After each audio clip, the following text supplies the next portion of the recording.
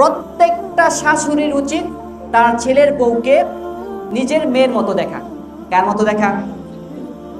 কথার কথা, নিজের মেয়ে যদি ঘুম থেকে 10টা বাজে উঠে, কয়টা বাজে সকাল, মা কিছু বলে না, তার ঘুমায় আছে।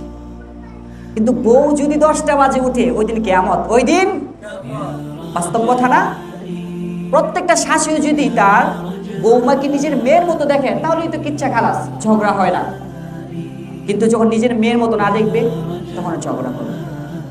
আর প্রত্যেকটা বৌমার উচিত নিজের শাশুড়িকে নিজের মায়ের মতো দেখা। দেখেন, যারা ভাবি আছেন শোনেন, নিজের আপন মা ছেড়ে আপনি অন্যের বাড়িতে আসছেন, তাকে মা বলে ডাকেন। এখন আপনার মা, আপন মা যদি আপনি একটু দমক দেয়, একটু কড়া কথা বলে, আপনি সহ্য করে নেন।